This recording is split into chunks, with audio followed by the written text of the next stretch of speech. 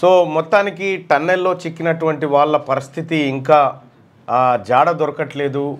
వాళ్ళ వాళ్ళ కోసం రెస్క్యూ టీమ్స్ అనేకమైనటువంటి ప్రయత్నాలు చేస్తున్నప్పటికీ కూడా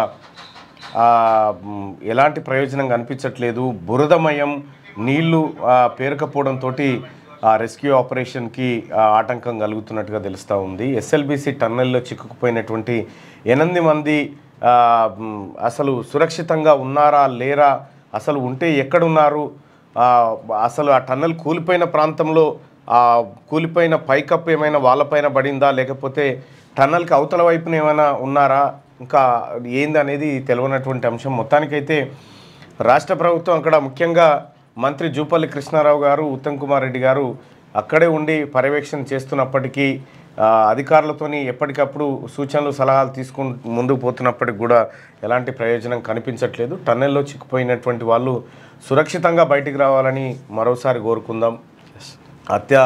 అత్యంత విషాదకరమైనటువంటి వార్త ఎస్ఎల్బిసి టన్నెల్లో జరిగినటువంటి ఘటన. సో మరి ఇవాళ ఏమైనా కొలిక్కి వచ్చే అవకాశం ఉందా లేదా చూడాల్సినటువంటి అవసరం ఉంది. ఏకంగా మంత్రి జూపల్లి కృష్ణారావు గారు కూడా దాంట్లోకి టన్నెల్ లోపలికి పోయి ఈ అంశాన్ని దగ్గరుండి పరిశీలిస్తూ ఉన్నాడు.